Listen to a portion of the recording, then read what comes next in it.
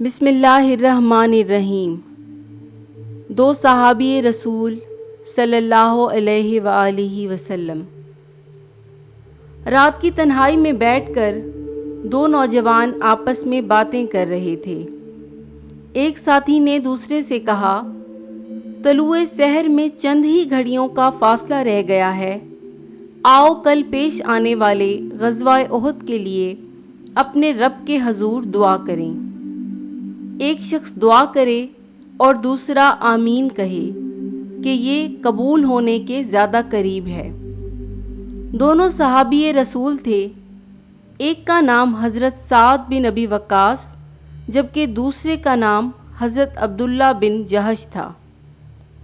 اول حضرت سعد نے دعا فرمائی، خداوند کل میدان جنگ میں سب سے بڑا بہادر میرے مقابلے پر آئے، میں اس پر شیر کی طرح ٹوٹ پڑوں، پہلی ہی ضرب میں اس کی تلوار کی دھار موڑ دوں، اس کے نیزے کے ٹکڑے اڑا دوں، اپنی تلوار کی نوک اس کے سینے میں گھونپ دوں اور اسے زمین پر گرا کر تڑپتا دیکھوں، اس کا سر قلم کر کے اس کے جسم کو روندے جانے کے لیے پھینک دوں۔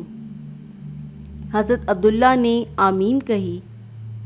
حضرت عبداللہ نے اپنی دعا کا آغاز یوں کیا، اے میرے پروردگار، میری آرزو یہ ہے کہ کل پیش آنے والے معرکہ جنگ میں میرا مقابلہ دشمن کے دلیر سپاہی سے ہو، وہ طرح طرح کے ہتھیاروں سے لیس ہو، شوق شہادت میں مدہوش ہو کر میں اس کی طرف بڑھوں، وہ میرے اوپر حملہ کرے، میں اس کے اوپر وار کروں، لڑتے لڑتے میں گھائل ہو جاؤں، میرا سارا جسم زخموں سے چور چور ہو جائے، میں بے ہوش ہو کر زمین پر گر پڑوں، دشمن میرے سینے پر سوار ہو کر میرا سر قلم کرے، میری ناک کاٹ دے، میری آنکھیں نکال لے، میرے چہرے کی بناوٹ بگاڑ دے، میرے جسم کے ٹکڑے ٹکڑے کر ڈالے، سر سے پاؤں تک خون میں نہائے،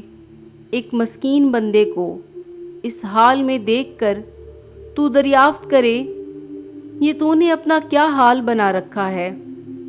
پھر میں جواب میں عرض کروں، اے رب العالمین، تیرے اور تیرے محبوب کی خوشنودی کے لیے یہ سب کچھ میرے ساتھ پیش آیا۔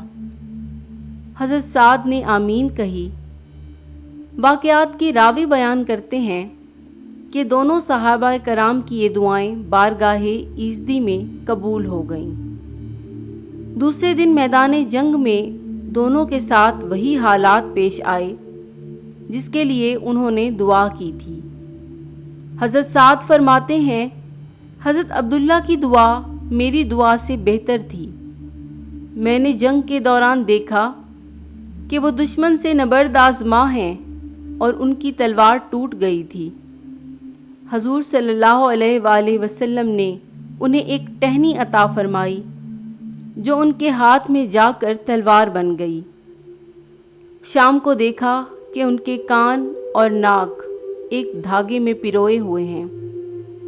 اس واقعے میں حضرت عبداللہ نے جس جواں مردی کا مظاہرہ کیا وہ اپنی مثال آپ ہے۔